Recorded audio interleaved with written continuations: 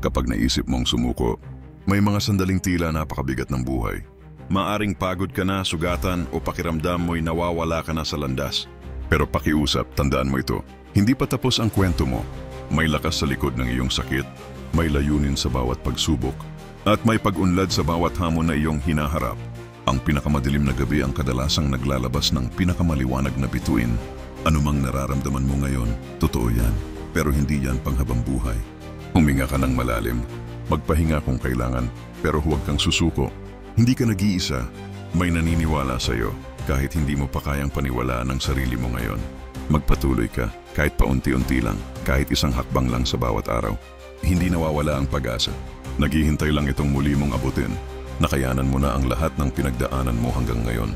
Ibig sabihin yan, may pagkakataon ka pang bumangon, maghilom, at mabuhay ng buo ayon sa buhay na karapat-dapat para sa'yo. Kapit lang, darating din ang mas magagandang araw.